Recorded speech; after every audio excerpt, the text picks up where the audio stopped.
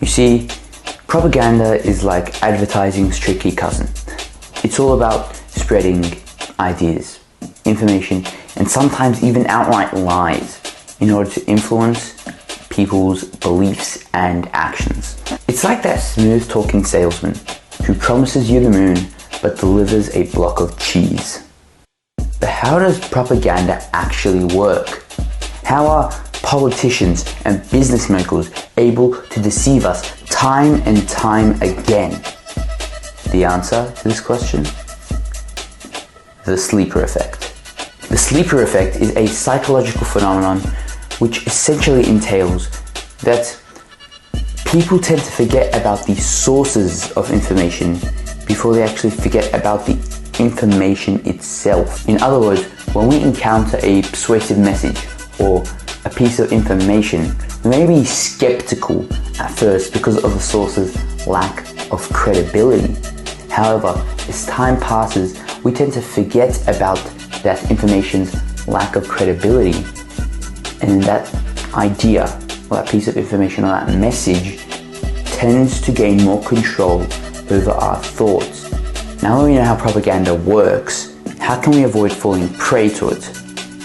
Well, the obvious answer is that we just have to sharpen our critical thinking skills and remind ourselves that this source of information is not credible.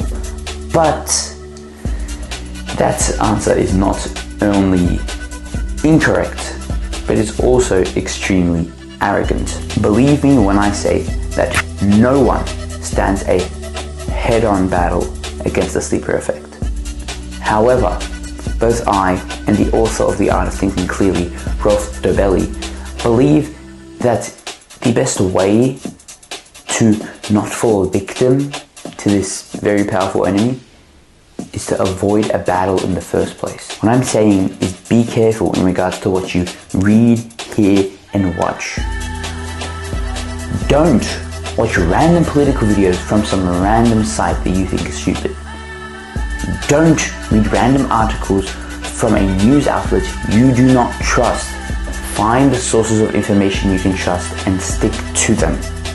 Because your belief that you are too smart to fall prey to propaganda is shared by literally every other person who has ever fallen prey to it.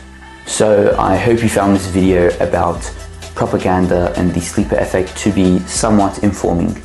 And I'd like to ask you one final question. How do you know if I'm a credible source?